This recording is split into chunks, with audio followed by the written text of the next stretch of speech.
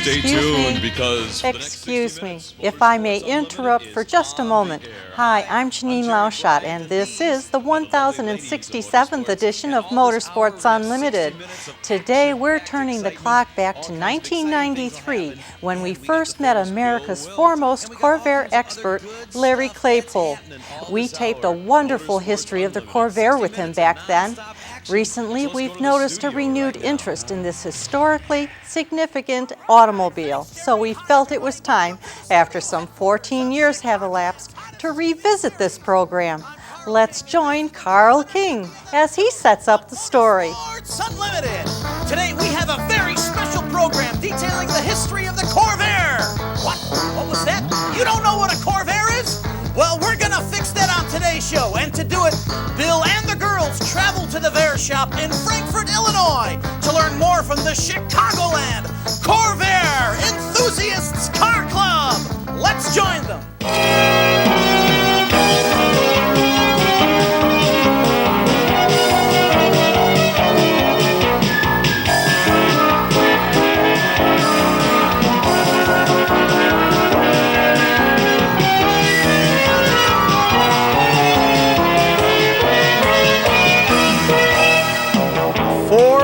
Of our 5 girls have never heard of a Corvair.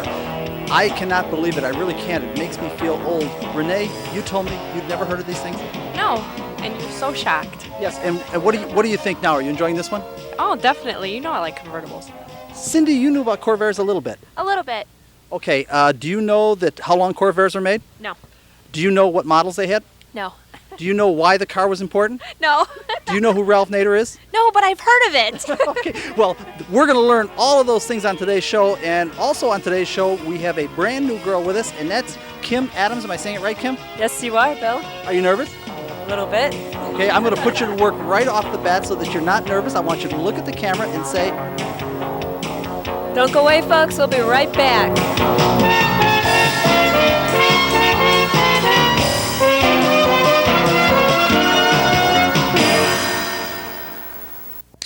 Of course I don't know about Corvairs. As we're about to learn, they stopped making them before I was born. The question is why? And to find out, let's meet part of the Chicagoland Corvair Enthusiasts Car Club.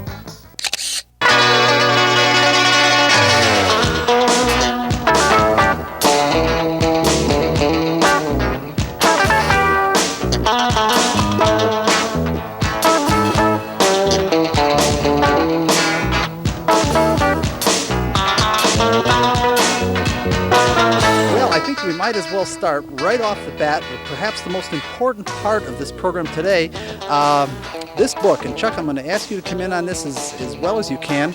This book was the book that made a fellow named Ralph Nader famous, and I suppose made the Corvairs infamous. We're going to talk about this in a minute because it's really an important part of the story today, but first of all, we're going to find out who at least one of the players is today, and you are. Larry Claypool. And where are you from, Larry? Right here in Frankfort, Illinois. Okay. Before we talk about the book, what have we got behind us? We've got a huge group of people. These can't all be Corvair enthusiasts. Well, you're absolutely right. They are all Corvair enthusiasts. We've got about 162 members in our chapter, and these are some of the people here today. That is amazing for a car that hasn't been made in almost 25 years. Yeah. Well, there's Corvair enthusiasts throughout the country, almost 6,000 in the national club. There's a national club also? Oh, sure, yeah. That's absolutely amazing. Now, I opened this talking about this book, Unsafe at Any Speed. Right. You're familiar with it, I'm sure. In fact, it's an original copy? Yeah. Okay, explain to the audience why I think this is important in our story today. Well, Ralph Nader was a relatively unknown lawyer in Washington, and he wrote that book that concerned itself with automotive safety. And the first chapter of that book dealt with the 60 to 63 variety Corvair, and he called it an unsafe handling vehicle. And that book and General Motors' investigation of Ralph Nader made big headlines, particularly the investigation, and that got Ralph Nader in the news. You're exactly right, and as a matter of fact, the interesting thing about the story is it really started the entire Nader consumer groups. Absolutely. The attention that was focused on Ralph Nader when it became known that General Motors was trying to find something on him propelled him into the limelight and started an entire working of consumer interest in safer automobiles and the Automobile Safety Acts. As a matter of fact that General Motors went and investigated Ralph Nader and tried to get something on him, and they handled it in that fashion, they ended up paying him a bunch of money, which really funded the beginning of all the consumer groups. Oh yeah, right. It was a badly done investigation, and it really got Ralph started on his whole career. Okay, and probably the most interesting part about it is Ralph Nader was wrong. There wasn't really anything wrong with the Corvair. What it was different. Right, yeah. In 1970, the Department of Transportation, at Ralph Nader's urgings, made a comprehensive study of the handling of the Corvair. They released their report in 1971, and they found that the Corvair handled as good as anything else built at the time, but the report was released 2 years after the last Corvair was made. Exactly. Now, hold on one second. We've got a question down here, and I was just about to go down here to ask the girls a question anyhow. Christine?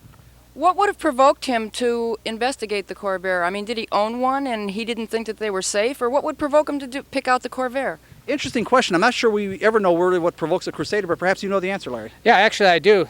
Ralph Nader felt that the Corvair, because it was a new car in 1960, ought to have the utmost and latest design for safety, and that the car was sold in large numbers, so there was a lot of them around, and more importantly, it was made by the largest corporation, General Motors. So he felt that because of those three things, and that the very different nature of the Corvair, that it had many different features on it, that it would make a good target. Okay, now what I'm going to do, folks, this is a long way about introducing the Corvair, but it's hard because it's a technical entity that we're interested in, but it's also a political entity. Yeah, the Corvair launched the career of consumer advocate and virtually changed within a couple years the entire way that the automobile industry had to think about designing cars due to the safety aspect involved. Okay, but I bet we're not getting anywhere because, Renee, you've heard our discussion so far. Do you know anything at all about a Corvair yet? No, I'm still lost. Okay, let's do the important part. Larry, step over here. I want you to step away from the front from this particular car. This is an example of the very first models that they came out with. This is a 61, as I understand it, and the first models were 60, but they were identical? Basically the same. There's two series of Corvairs, the early cars and then the later cars after 65. The body styling is basically the same. Of course, with any car, there's technical changes each year as they continue product improvement. Okay, go ahead and describe the car. For a person that never heard of a Corvair, what is a Corvair? Okay, well, first off, it's a Chevrolet. It's a Chevrolet product, and it was Chevrolet's answer to the smaller car and imported cars that were becoming quite popular in America in the late 50s. So Chevrolet went off to design its own Volkswagen beater, essentially, something that would be Chevrolet's answer to the imports. And Chevrolet's approach was to make pretty much an Americanized style Volkswagen. In other words, I'm surprised you will concede that point. Well, the concept is there. It's a rear engine car. It's air cooled. The trunk is in the front. There are a great deal of differences. Certainly, there's no interchangeable parts between a Corvair and a Volkswagen. There's no design that was taking place between them, but the similarities on paper: rear engine, air-cooled, independent suspension, trunk in the front. The similarities are there. Okay, more than that, and just stay put for a second, and Chuck, if I can get you over here. What he's saying, folks, if Chuck wasn't panning while we were talking, the trunk on this car is in the front, and the engine is in the rear, and it's an air-cooled opposed engine, also very much like a Volkswagen. But most important, from the concept of, or the standpoint of comparing it to a Volkswagen, is the way these pieces were arranged. Of course, the Volkswagen, we're talking about the original Beetle Volkswagen, was an opposed air-cooled four-cylinder. This is a much larger car. This is an opposed air-cooled six-cylinder. But what's most interesting about it, and the reason the comparison is made, is the engine bolts into this car the same way that Volkswagen did it. In other words, the engine is not bolted to the chassis. The engine itself is bolted to the bell housing with the clutch in it and the transaxle and all that in exactly the same fashion that the Volkswagen Beetle was. Now, Cindy, are you getting all this? Well, I have a question. Go right ahead. The Corvair, is it the type of car like is in Chevy, or, I mean, what? Yes, a Corvair was a model, a Chevrolet model, very much like that there are Chevrolet Corvettes and there are Chevrolet Impalas. But it was a Chevy. Exactly. You couldn't hear us from this end down here. I didn't hear what was over Yes, this is a Chevrolet Corvair. It was one of the Chevrolet model lineups, and what it was created for was this was created in 1960, and at that time lots of foreign cars were coming in with better gas mileage and all that, and this was General Motors' effort to try to compete in that market. Now I'll ask you a quick trivia question. What was Ford Motor Company's effort in the same market? Mustang? Kim, go ahead. No, go ahead. What was it? Mustang? Nope. Kim, go ahead and tell her. I don't know either. Okay, doesn't know either. We'll get down here because I know that we've got Cindy here, and I know that Cindy knows. Little Cindy, I should say. Little Cindy, step out here for a second. The question was, this was Chevrolet's entree into the small car, economy car market. At least that was their original intention with the car. It changed, and we'll get into all that. What was Ford's effort in the same arena? You know, I don't know. I know, but I love to tease you. I love the look you get because she gets so mad at me because she wants me to come over and ask her questions that she knows about, and I never do that, do I? Right. Because I want to tease the girls. Okay, we'll get down here because now Renee is going to answer the question. Renee, Ford's answer, or Ford's, this was Chevrolet's entry into the economy car market. That's the reason the original intention of the Corvair, you can see it's a four-door sedan. It's like a family passenger car. It was an American, they felt too many Americans were buying Volkswagen Beetles and all those other, and they wanted a piece of that market. What was Ford's entry into that market the same year? Look who you're asking. Chris? The Falcon. That's exactly I correct. would never have guessed that. Okay, and what was different about the Falcon and the Corvair?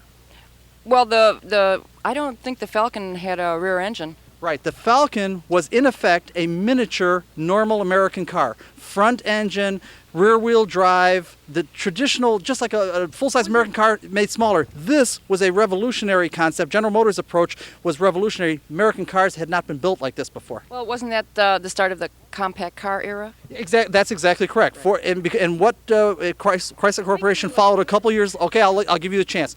No, don't ask Chrysler them. Corporation started a couple years later with their entry into this marketplace. What was that? The Chrysler? Chrysler Corporation. I don't know. Tell her, Larry. Was the Plymouth Valiant and the Dodge Lancer. Exactly, identical cars with slightly different nameplates. Okay, now we have mentioned, step out here again, Larry. We have mentioned that this was Chevrolet's original concept was to take and make an economy car for the masses and all that. Didn't end up that way. Well, right. The Corvair was originally designed for that low-end economy market, and as it turned out, people generally resist change. They like ordinary things, and the Falcon rather handily outsold the Corvair, about 3 Falcons to every 2 Corvairs.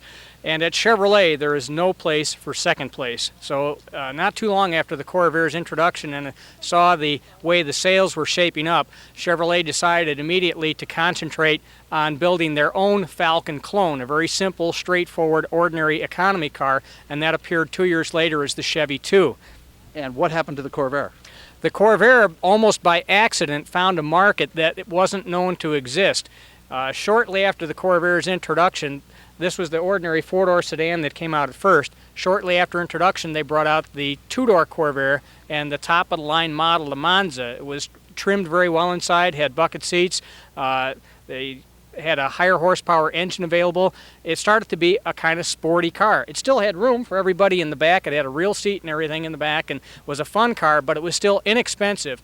And that started the market that wasn't known to exist at that time. Right, so what they did was they really entered the sports, not sports cars, but sporty car Sporty, market. right, sporty as opposed to a true sports car, because of course the Corvette was also in production. They were handling that segment of the market well. But up to that time, there was no sporty, inexpensive cars. There were lots of sports cars, but there was not sporty, inexpensive ones. Okay, folks, and I'm going to tell you something. This gets real interesting as we go along, so I don't want our real hardcore motorsport people to run away. If you're not familiar with the Corvair, trust me, we end up with 4 carburetors and finally turbocharged versions. Very cool. As a matter of fact, I had a good friend of mine that used to run at the International Amphitheater. They had indoor drag races in the wintertime, and he had a turbocharged Corvair Spider that was top eliminator week after week after week against Hemis and 427 Fords and all that. You probably don't even were aware of that? Oh, sure, yeah. Oh, okay. Wait, we got a question here?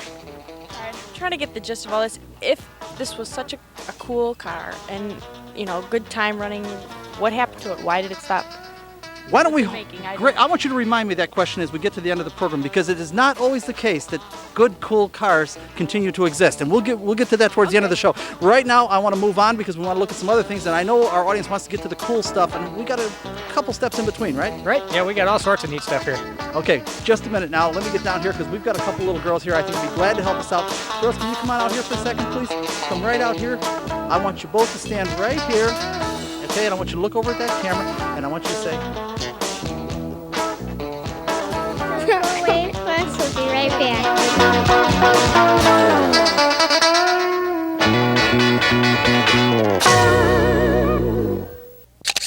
Larry Claypool is a nationally recognized Corvair expert, and as you can tell, he really knows his subject. Now, before he starts explaining the Corvair technically, let's take a moment to meet the girls on today's show. Hi, I'm Cindy Scolio. I'm Renee Valari. I'm Kim Adams. I'm Cindy Andrews. And I'm Chris Schatz. Thank you, girls. Now, let's get back to learning more about this technically and politically interesting car.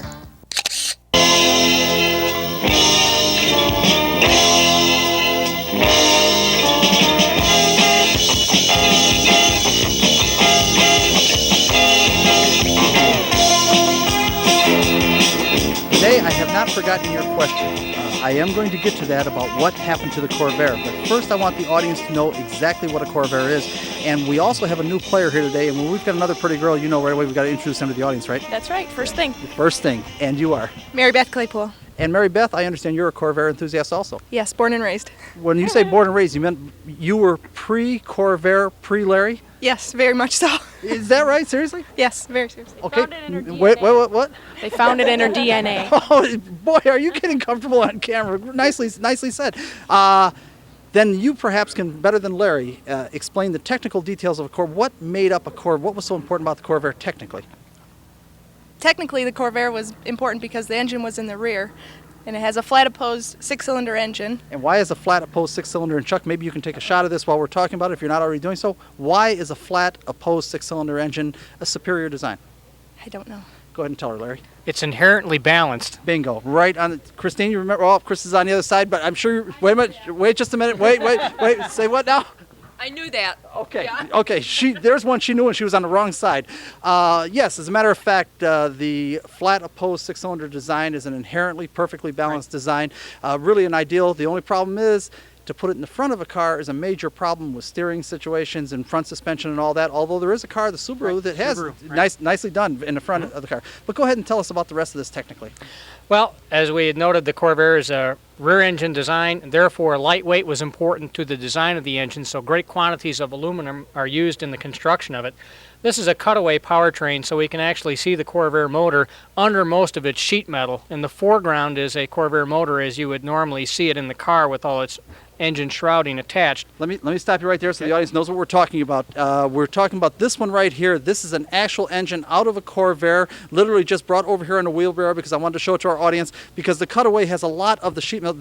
All of this sheet metal around here is all part of the ducting, so when this fan is sucking in air, it blows it over the cylinders and cylinder heads, and in order to see it better up on this one, all of the shrouding and the ductwork and all that has been removed, but it's really just sheet metal. I'm sorry, go ahead. Yes, thanks, Bill. The engine block and all the accessory covers are made out of aluminum. The cylinder heads are made out of aluminum. The cylinders themselves are cast iron for long life on it. Okay, now we got a question down here, I think. Christine, I heard you hollering for me. Right, I was just going to ask that question. Was that relatively new to be using aluminum motor? It was relatively new and that's why the Corvair was really so important because it was kind of revolutionary, but not revolutionary in the world, but revolutionary for American automotive products. The heavy use of aluminum in the rear engine, the air cooling. Right, yeah, not since the Franklin cars. Please in the remember 30s, this air cooling material really was been shot used in some American 14 design, years but it ago. had been used in Hi, European cars I'm quite a May bit. Chin, and I it was must very admit new I didn't for, know much about any the American car, Corvair. especially It's a big very conservative interesting. corporation like General Motors. Yes, it was actually quite a departure, and as a matter of fact, I've actually written a book, and part of the book I talked about this a little bit, not necessarily just Corvair, but if you remember the Pontiac Tempest had a flexible drive shaft in it. It was kind of revolutionary, and what always saddened me was any attempts that the American automobile manufacturers seemed to make at higher tech designs or revolution was not met with success in the marketplace. Yeah, nobody really cared. People resist change, and just ordinary plain Me Too cars are really the basis of volume sales. Thus, what happened to the Corvair, in effect, was that it became an enthusiast car. It had quite a cult following, but cult followings don't lend themselves to 200,000 units per year, but they give a strong following, but not big numbers, and that's kind of what killed the Corvair eventually, but we're going to get to all that. Is that starting to make more sense? Yes, it is. It was a big enthusiast car and a cult following car. Larry, if I'm not right, please. Sure, that's absolutely correct, and in fact, the market that the Corvair created for a smaller, inexpensive sporty car certainly did not go unnoticed by other manufacturers, and Ford in particular hit the nail on the head when they came out with the Mustang in '64, because that was basically a simple car. It used Falcon chassis and drivetrain, but they started styling it from the standpoint of being sporty. They didn't have to concede any rear seat room. They put a very long hood. It was all style on that car, and no compromises for economy or four-door models. And it was traditional American design. Front engine, rear drive, but it had a sporty concept and flair to it. Yes, Renee? So also then competition played a big part in It played, but I don't really think, and Larry, you can correct me if I'm wrong, because really you're the expert here, not me. I don't really think Corvair ever really had any competition. I think Corvair stands unique in the marketplace then and now. Well, the Corvair was very unique, and it, as you said, it certainly had an enthusiast following. But that market, when the Corvair Monza two-door coupes were selling very well, the competition took the cue, came out. In '63, every manufacturer had a smaller car with bucket seats, and by the '64, everyone had them available with V8 power. And that's where the market was heading, and unfortunately there was no good redesign of the Corvair available to be an effective competitor in that new segment of the market. Okay, now don't go away. We got questions everywhere here, and yes, Christine? Larry, you don't look old enough to have been there when the Corvair was in its era. What made you choose Corvairs? Yeah, that's actually a great question. I am always interested in younger people, why they get enthusiastic about something that was from my period, my era. Right. Well, my first car was a Corvair, and that's when I was 15. And when you're 15, you either have to have a lot of money to have your car fixed, or you got to know how to work on it yourself. And I chose the latter of the two, and my chosen car was a Corvair, and I became pretty good at it.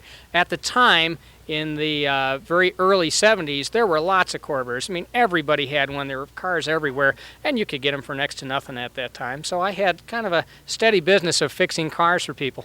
Okay, now I want to move on here because we've got so much to show you today, and there's. I'm sorry, Kim. That's okay. Okay, we're good. We'll come back to you in that because I want to move on to the next segment. And one thing you're going to learn on Motorsports Unlimited, we want the girls to ask questions because very often us experts overlook things that really the public isn't understanding. The thing I really wanted the audience to see over here, and Chuck, we're going to have to take this shot afterwards, but you can take it from that angle, is if you'll notice, this is the back of the bell housing. When the engine goes in the chassis, just like on a Volkswagen Beetle, what happens is it is literally hung on the transaxle. It bolts to the transaxle here. It is not like normal engines that you like V8 engines that you're used to seeing that'll have engine mounts that go to the frame and all that. This bolts to the back of the transaxle in the same fashion that the Volkswagen Beetle did. That's why it was so often compared. The opposed air-cooled engine, even though it was larger and bigger, the design concept was very, very similar. We'll get that. Hopefully that shot is in there. Yes. Could this also be used in I know a lot of fellas that build T-buckets and some race cars, they take that whole thing out of the VW and use it. Can you do that with this? We're going to get into that. Exactly right. As a matter of fact, if you were building back in the late 60s when the dune buggy craze was going full speed, the dune buggy to have was one with a Corvair engine bolted in place of the opposed Ford Volkswagen. Have I got it right? Oh, absolutely. Corvairs were the motor to have in dune buggies and kit cars. Right. You replace that 40 or 50 horsepower Volkswagen engine with a 180 horsepower turbocharged Corvair, right, and you had a rocket ship. Right. Yes. How come I never heard of this Corvair? Am I living with blinders on? Because you're still a baby, Renee. Oh, well, then it shows your age well. It really does. Cindy, do you have a question? Is this the first turbocharged engine that ever came out? Or no, it really wasn't. Turbocharging has been around for many, many years, but General Motors went through a period of turbocharging enthusiasm at about this time. They had a turbocharged Corvair. They also had a turbocharged Olds F85, the aluminum V8, I'm sure you recall. Sure, the Jetfire model. That was available only in '62 and '63. However, the turbo Corvairs are made from '62 to '66, and up until the time that General Motors got back into turbocharging with their V6 Buicks in the late '70s, there were more turbo Corvair installations than any other factory-installed turbochargers in any other car. Yeah, it was a little bit of a glitch in General Motors' lifespan that they went through turbocharged enthusiasm. Now, again, we got so much to get to. I want to move on to the next segment, and I know how to put a pretty girl to work. So if I get you to step out here just for a moment like this, I want you to look over that camera and say, Don't go away, folks. We'll be right back.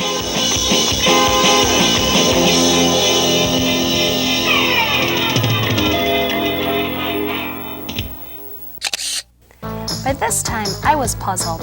If the rear-engine Corvair was so revolutionary and the public seemed not ready to embrace the rear-engine concept, why would GM build a rear-engine car?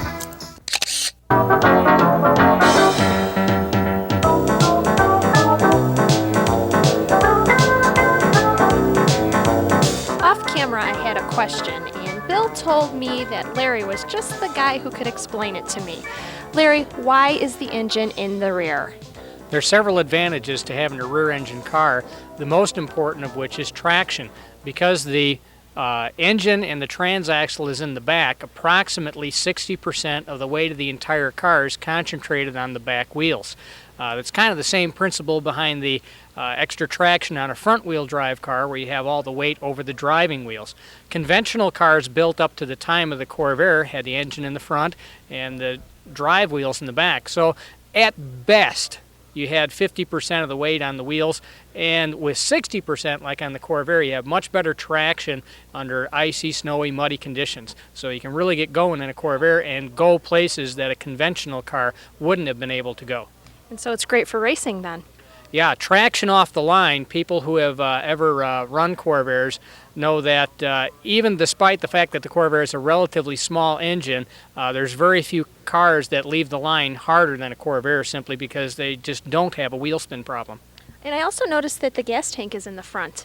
Right, actually it's in a very well protected place, and even Ralph Nader conceded that the Corvair has its gas tank in one of the best possible places. It's behind the front suspension, just in front of the tow pan, where there's quite some area between the front of the car and the gas tank, and the front suspension protects it.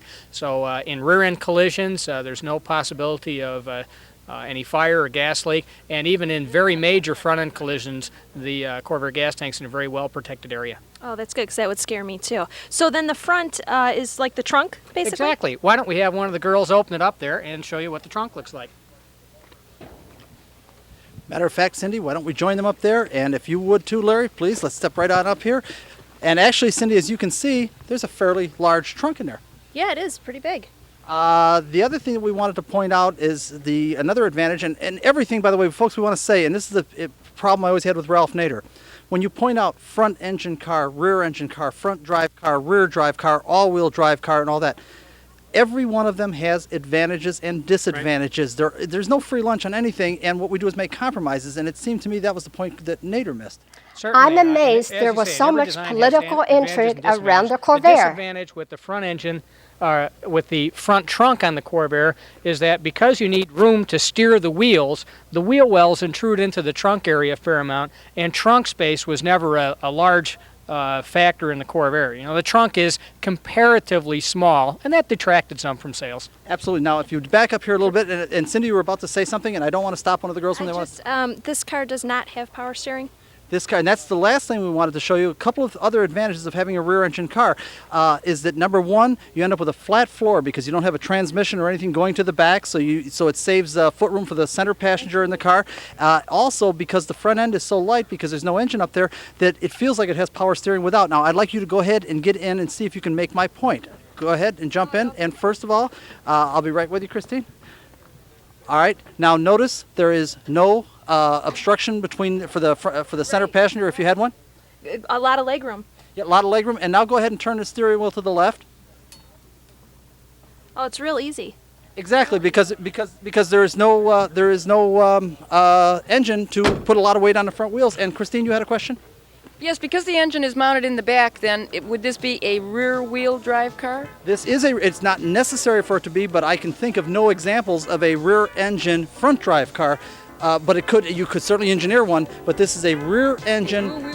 Yeah, this is a rear-engine, rear-wheel drive car.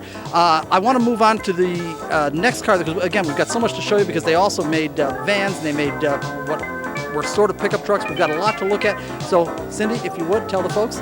Don't go away, folks. We'll be right back.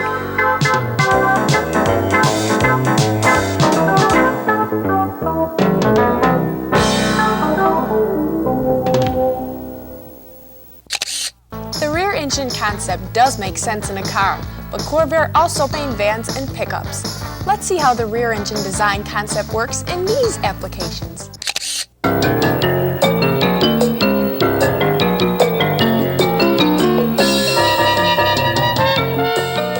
All right, Cindy Scolio, what are you sitting in? Corvair. Corvair Greenbrier. This is the famous Corvair Greenbrier. And what is one of the most, I want you to lean forward here, what is one of the most noticeable things, and then we've got three girls in the front seat, what's the most noticeable thing there? But there's nothing in the way here, and then the floor is all, Right, it's one of the advantages. They were asking about why a rear engine, and if you guys would, everybody file out here now. And they were asking why a rear engine car, why would somebody do that? And one of the advantages is, for example, when you put 3 people in the front seat, wait just a minute, if you guys would step right over here. We've got a complete wide front area here with nothing to interfere because there is no mechanical drivetrain components up here. Everything is in the back. And you guys had room to stretch out back there. Yeah, I could stretch my legs out completely, no problem. Nothing was in the way. You know, it was great. It felt good. The point is there are some advantages to having a rear engine. Yeah. And that's what we're trying to point out, that there are advantages. And don't think for a moment that you don't end up with a significant amount of room. And as I understand it, by pulling this thing one more notch, we can really let it swing open here. One of the advantages, again, of not having a driveline going with an engine in the front going to the back of the car is that you end up with a flat, low floor, giving plenty of seating room in here, right? I think we could use this on our, on our chutes. Chutes. On our chutes. It wouldn't be bad at all. Why don't you step on out here now, if you would, and join the other girls. And Cindy, you were the one that originally posed the question, why would somebody do a rear engine? Is it starting to make more sense? A lot more. Okay, there are some real practical reasons to do it. It's not just done for styling purposes. There's really some practical reasons for it. Now, we have got, and Chuck, I want you to widen your camera shot. We have got here arranged kind of an example of almost all of the Corvair, and I want to say Corvan, and Larry's can probably straighten that out for me. I always call these Corvans. I don't know if I made it up or if that was a real name. But first, you had an interesting story about this one. This van was used for a movie production company for a movie they were making with Joe Pesci. It didn't look like this at all when they were filming it. They painted it dirty red and kind of put a little bit of rust on it, and then they repainted it back for the owner the way he had it. So you're sort of proud of it? Yes. Joe Pesci wrote in it? Yes, he did. That's pretty cool. But it's not my van. But it's not. But she was so proud of it. I said, I want her to come and tell the story. Okay. Now the next thing I want to look at is, girls, I want you all to come this way over here, and Larry, if you would, come down here and explain what we're looking at here. And I kind of know. And by the way, when I say Corvan, come over here, please. When I say Corvan, am I making that up? Girls, I want you to go down that way. Nope, that's absolutely correct, Bill. The name Corvan refers to the panel van commercial style model of the Corvair truck, of which we have the green one behind us, is exactly that model called the Corvan. Okay, let's go back there. I want you to open up the doors here, if you would. Just break open the doors. And again, I want the public to see that there are advantages to the rear engine design in that you end up with, and Chuck, you're going to have to tell me if you're, I'm going to step out of the way here. It's a little awkward. I don't know if you can see into the front area there, but it's a totally flat floor across. And if you look here, there's also a low, easy to load platform for any kind of commercial use. Right. As commercial vehicles, not only does the rear engine have a great advantage in having the very low floor, but of course it has very good traction with the rear engine. And the weight of the van stays the same whether you have it empty like this or you load it up full of its maximum payload. Correct. It always stays with the same weight distribution front and rear whether you have the truck empty or loaded. Right, and now I want you, because we want to be honest with our audience, what's the disadvantage of the rear engine? Because the rear deck area has to be higher for the engine, you see that it steps up just behind our door and raises up about 17 inches or so that the floor is not totally flat all the way back. Right, it makes it for high loading going into the back. Right. So there are, engineering works that way. It's aggravating and frustrating. You get something, you give up something. That's the way it works. Now, in addition to these kind of units, they also had them set up like this. And girls, if you would come on down here, they had them set up like this. And this has become, I hate to keep using the example of Volkswagens, but it's really hard not to compare these things to Volkswagens. I use they actually had camper versions of these things. I like that. What's that? I like that a lot. I do too. Pardon me? Renee, why don't you go ahead and jump in there and tell our audience, because they probably won't be able to see it quite as well as you can, what you see around there, including a little sink. Yeah, there's a sink, cabinets, a countertop. Wait a minute.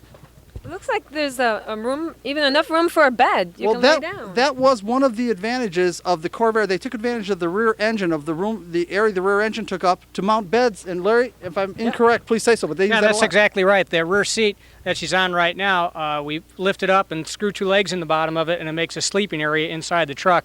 And these were pretty heavily promoted by Chevrolet, and they appeared in a number of the camping magazines at the time. And these were available from the factory at your dealership with the camper package fully installed in it. Much like Volkswagen did. Exactly. With their microbus. Yes. I have a question. Yes. Since how there's a rear, the motor is in the rear, and since they have the bed on it, wouldn't you know how sometimes when you're in the front and they have that hump in the front where they're driving, and it gets real warm? Does that get too uncomfortably warm for laying on the bed in the back? Do you know what I'm saying? Well, remember the engine wouldn't really be running while you're sleeping in the thing, but I think you mean if somebody's taking a nap in the back. Right. Well, actually, I've driven this particular van to a number of places, and just this summer we went to San Jose, California with it, and it is quite comfortable in driving because of the way the airflow comes. It comes in from the top and goes out the bottom, as opposed to a regular van where the cold air comes in, and by the time it gets to the motor, it's warm. So you have the warm air coming through on a regular van, but on a Corvair van, it's actually the cool air is in contact with the area you're closest to. Yes, it's really a nice setup. Yes, Renee? Step right on out here. Go ahead. Also, there's a lot of windows in here. There's this one up here, this here, which actually lets a lot of light in. Again, that was part of the package for the camper version, right? Actually, that particular top is an item that I've put on. You may recognize it as Olds Vista Cruiser I was roof. going to say, the Vista Cruiser from the... Okay, so that wasn't... The Chevy didn't do it that way. Chevrolet didn't do it, but Chevrolet never put the roof on like that, but all the rest of the interior in the truck is correct as delivered. Okay, last thing, let's slide down here. I'm sorry, go ahead. Can I ask one more question? Sure. With the motor being in the back, is it noisy at all?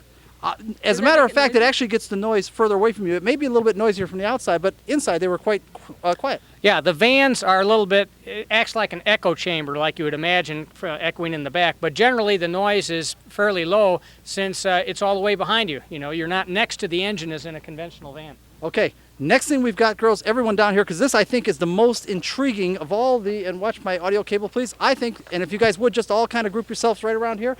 If you guys, right over here. This, I think, is perhaps the most intriguing demonstration of some of the advantage that a rear engine can give you, and you are. Al. Say it again. Al. Al what? Al Freehoff. And where are you from, Al? I'm from Bolingbrook. Okay, we've got to get all this in because this guy is actually going to muscle this engine, we hope, on camera, into this thing. And part of the advantage here is that you have a very low side loading. Correct. Because no driveline components go through it. All of the driveline components in the Corvans or pickups, if they still call them Corvans, goes from here back, and it gives you a low area. So if you would go ahead and open up, and this, as I understand it, was standard on these Corvairs. Yeah, this particular model is called the Rampside pickup for obvious reasons, the side loading ramp. And this rather unique truck was built from 61 through 64. Okay, and what he is loading in there, and I didn't think this was going to be doable on camera, and I sure knew that our girls couldn't do this, right, girls? What do you think? No way. What he's loading there is a complete Corvair engine. Oh, it's strictly a man's job, yes. Yeah, you guys, wait a minute. Did you want to try it? I see a little attitude problem there. Did you want to? Did you want to try it, Renee? If we all heave ho, I think. No. We had one guy do it. I think one girl ought to be able to do it. She could do it. In heels, no. I would be willing to try and help if I had better shoes on. No, I didn't say help. I said do it. In any event, once again, if you can see in there, you can see that the rear engine makes for a high loading platform in the back. So you give up that, but you get a great loading platform here on the side. It really. So depending on what you're. Say what? Really nice for handicap. You're exactly right. It make a nice entry ramp. Anyhow, we've got tons more to look at here today. I want all you guys to group together here and tell the folks. Don't go away, folks. We'll be right back.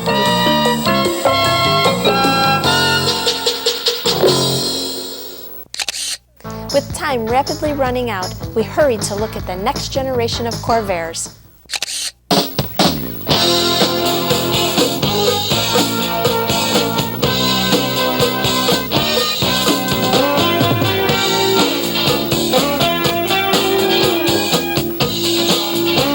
Christine, what do you think we've got here now?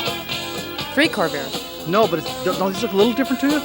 Yeah, they do. Why is that? Okay, this is the next generation of Corvairs, and again, I'd like to stop and talk to Cindy and Renee and the other Cindy, little Cindy, big Cindy, and all that, but we are running short of time. Larry, this is the next generation of Corvairs, and as some people would say, this is when they fixed them, although I'm not sure I particularly agree with that. Do you? Well, fix is a relative thing. The cars are very different in their external appearance. These are very contemporary looking cars even today. All the models were hardtop styles. There's no pillars on any of them. The rear suspension on these 65 and later cars was completely redesigned, a 4-link independent suspension, essentially the same as used on the Corvette, except it uses coil springs instead of leaf springs. Okay, come down with me down here. Let's start at the four-door, because the four-door, I think the enthusiasts would agree, that's one that they kind of just barely tolerate, right? That's not something that they embrace with open arms like the Spider convertibles and all that sort of thing. Come on right down here. At the time, come right over here. Okay, at the time, it was still important to Chevrolet to have a four-door in the lineup, and they were still thinking economy sedan car for the folks and everything. And to be sure, this was a prettier design, more attractive, although of course it was several years later. Right. And the rear suspension you're talking about, I don't want to gloss over that quite so quickly, because that was a significant change, because they went from a swing axle design to really, a swing axle is fully independent, but the thing with CV joints at inner and outer CV joints really is a much better design. Yeah, it's a significant improvement in road handling. In fact, in General Motors' own tests, the Corvair 65 and later Corvairs equaled the cornering capabilities of the 65 or the 63 and newer Corvettes. No question about it, and that's why these things had such a strong cult following. Right. Is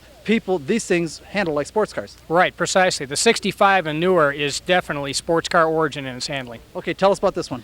This is the Corvair 500. This is the lowest price line of Corvairs. It's the four-door hardtop. This car is your basic low bucks Corvair. It has very good room front and rear for everybody, flat floors of course, and this car when new retailed only for about $2,100. Right, and we should tell our audience that this car is original in every detail. Original wires, this one is totally original. Paint and every detail on this car, including the tires, are original.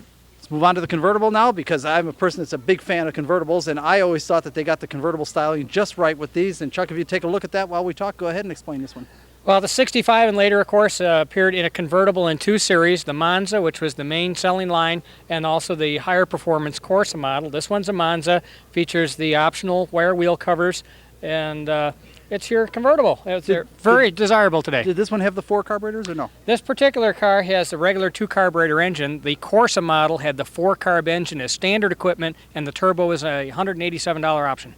Okay, so we'll get to that in a second. Now let's move on down here. And Renee, did you have your hand up? I'm sorry. Let me just. Okay. By the way, what do you think? Nice in there? Gorgeous in here. Yeah, this car is immaculate in and out. Is this a restoration? Somebody did a great job here. Yeah, this car is owned by Ron Herman, and he got it all restored. It's a really fine car. It's really nice. Now let's move on down here to the coupe. And of course, many would suggest that the coupe model was perhaps the most popular. Not everybody's a convertible enthusiast like I am, but tell us what we've got here. Yeah, this is a 65 Corvair Monza coupe. This is the best-selling of the later series cars. This particular model, the 65 Monza two-door hardtop, sold more of these than any other year model Corvair. Okay, now we've got a bunch more to show you. Folks, believe me, you haven't seen, we're going to show you the real cool stuff. Now, is that right, or do we have any more? Oh, we got some way cool stuff. Right, or do we have to do any more of the pedestrian stuff to properly tell the Corvair story? No, I think you've seen a good representation of the basic Corvairs that you had down at your Chevrolet dealership, and then we're going to show you some special ones now. Okay, don't run away now. Let me get down here, because I've got Renee for a real specific purpose here. Tell the folks. Don't go away, folks. We'll be right back.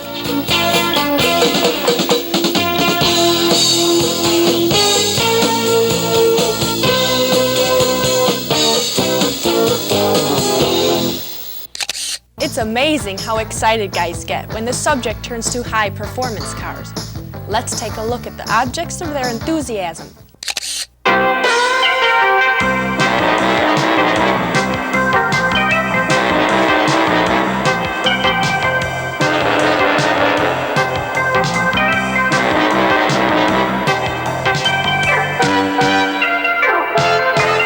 All right, Christine.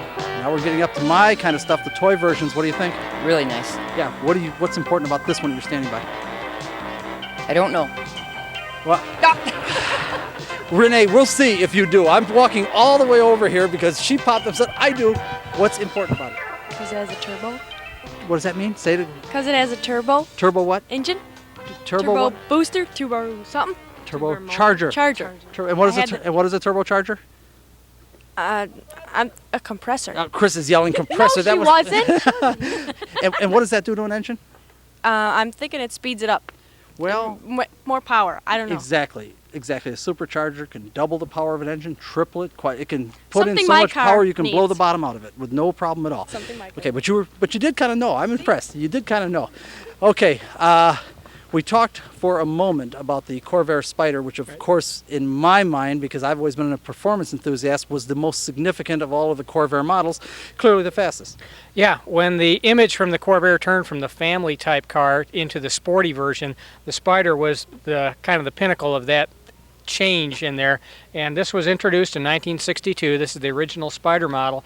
And for an additional about $370 over the cost of a regular Corvair Monza, you could get the Spider package, which included the turbocharged engine. It was more than 1 horsepower per cubic inch. Also included full instrumentation, tachometer, temperature gauge, boost gauge, and a very economical car as far as your initial purchase price. Because it was turbocharged, you still got reasonably good mileage just driving around town, but it really gave the car a performance boost.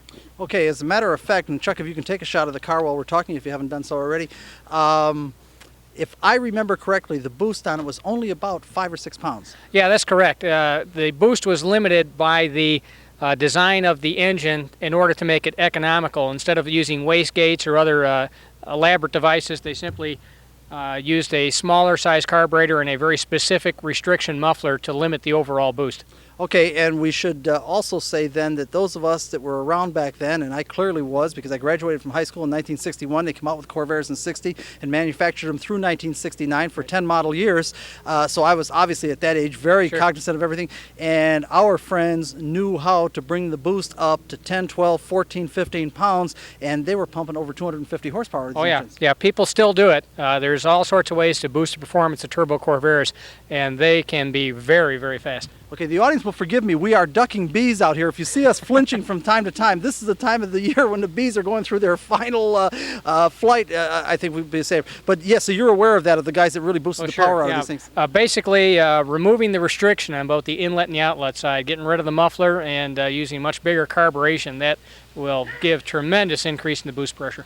Okay, now let's step down here because this one on this side is really a totally different kind of animal, and the famous Yanko Spiders, or Stingers rather, were actually road racing cars. Yeah, that's how they came about. Don Yanko had been a Corvette racer for years, and when the 65 model Corvairs came out, he looked at it and said, you know, this car has potential. This car could do good in road racing.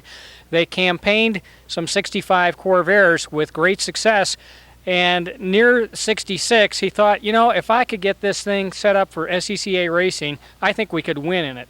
And that's exactly what he went about doing. He ordered 100 identical white 66 Corvair Corsas, modified them with the fiberglass deck lid with the built-in spoiler on the back, the fiberglass sail filler panels, and some performance items, headers, low restriction exhaust, specific options on the car. He got Chevrolet division to back up the warranties on them and make them up 389 gear sets that were not normally available on regular Corvairs, tweak the engines a bit, and they came in several different stages of tune, stages 1 through 4.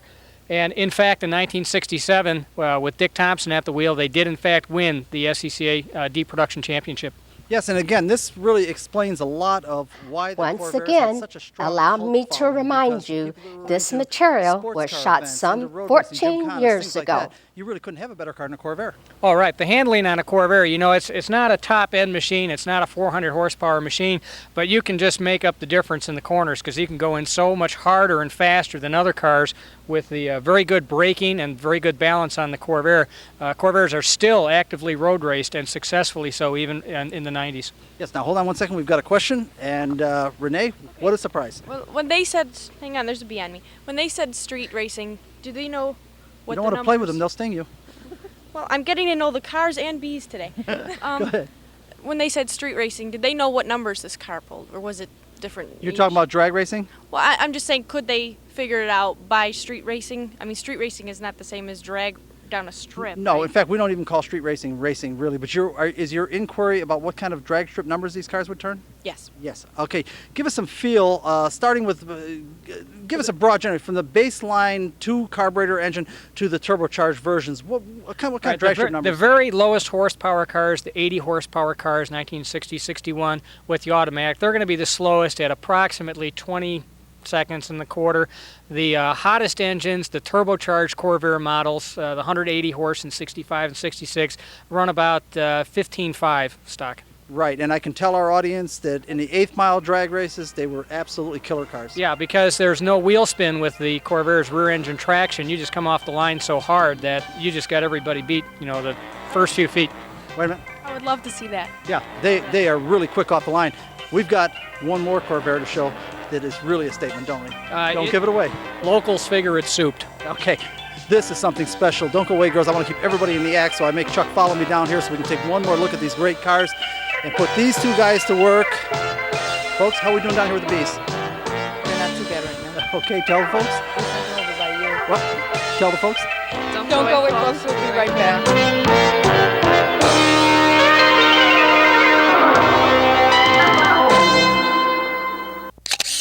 Bill is so excited about getting to the all-time baddest Corvair around that we almost forgot to show you this fine example of a Corvair wagon that was also part of the Corvair lineup.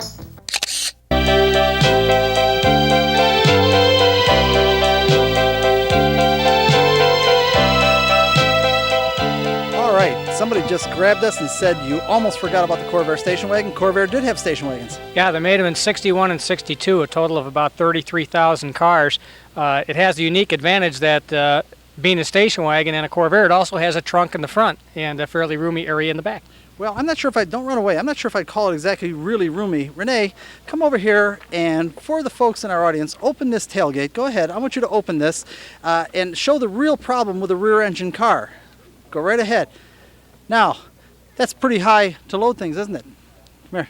Yes, you can't have anything that's really tall. Well, it's not just a matter of tall. Everything you have to lift up, you've got to lift up over the engine in effect because the engine is right under here. So that is a problem. I can kind of see, let's go ahead and step back. I can kind of see where a Corvair station wagon wouldn't be real popular. As a matter of fact, if they only made 33,000 of them in 2 years, that's a lower production than Corvettes. Oh, sure, yeah, it's very low, and as soon as the Chevy 2 came out in 62, its wagon immediately outsold the Corvair wagon because it was just more utilitarian. That's what wagon buyers wanted. Right. Yes, Renee? I think it's hotter than my Nissan Maxima.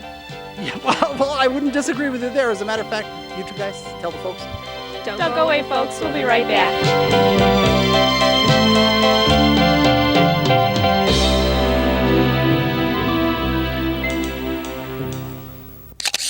Okay, now let's look at the Corvair that Bill says is the baddest one around and may just be the baddest street ride in Chicagoland.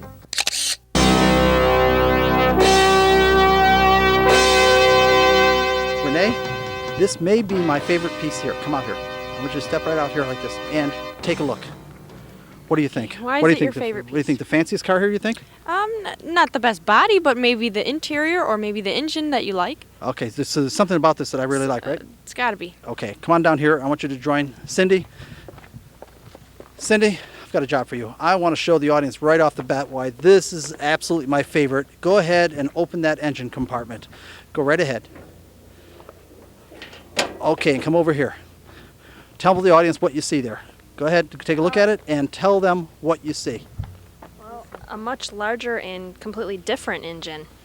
Okay, I'm going to have you step right over here right now, join the girls there, and we will find out why I'm so enchanted with this car. First of all, you are. Al Betker. And where are you from, Al? Chicago, Illinois.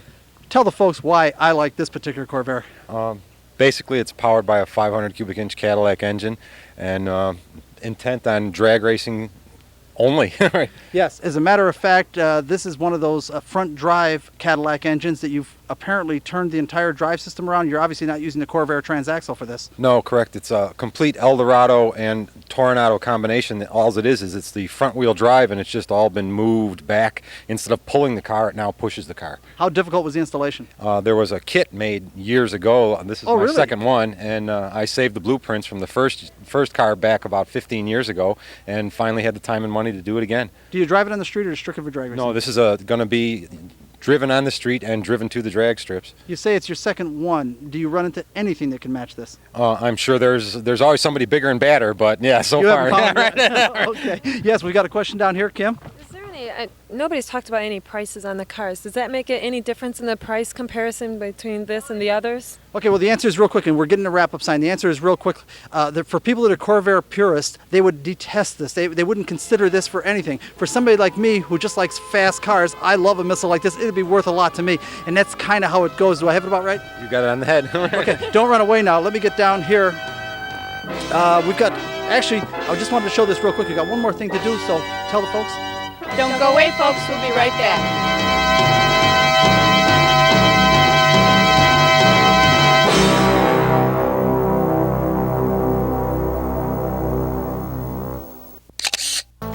Corvair is a delightful car with a loyal following. The Chicagoland Corvair Enthusiast Club is one of the oldest and largest in the country and keeps its memory alive. Let's wrap things up. Renee, have we answered your question you started with at the beginning of the show? As first of all, what is a Corvair and what happened to the Corvair? Yes, you did. Okay, Thank you. so everybody has a good idea what this is all about. Well, what do you think? Corvair's fun cars? Very fun, and I learned something too. Cindy? Oh, it's great. Yeah, they are pretty cool, aren't they? Yes. Okay, now tell the folks.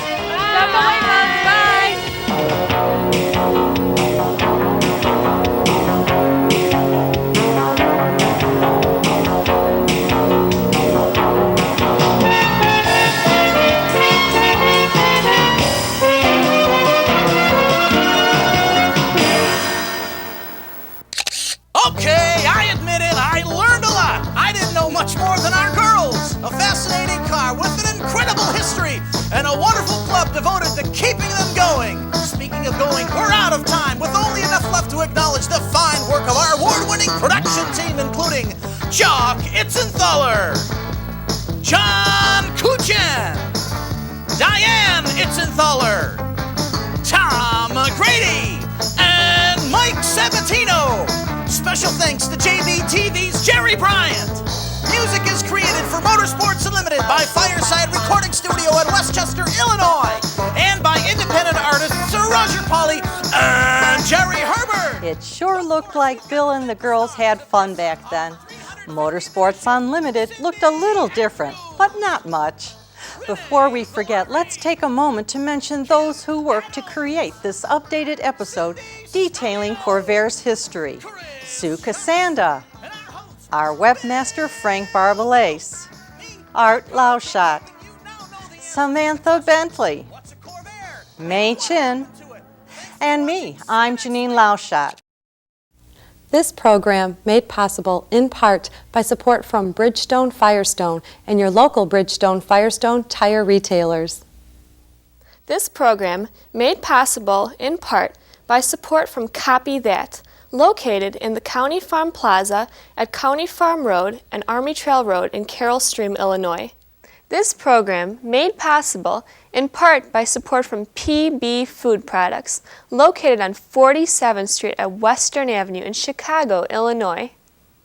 This program made possible in part by support from J.C. Whitney & Company, located just off I-80 at the Utica exit in LaSalle, Illinois. Motorsports Unlimited is produced by Bill Wildt, president of the Motorsport Advancement Crusade. This program made possible in part by support from Jimmy's Red Hots, located on Grant Avenue and Pulaski Road in Chicago.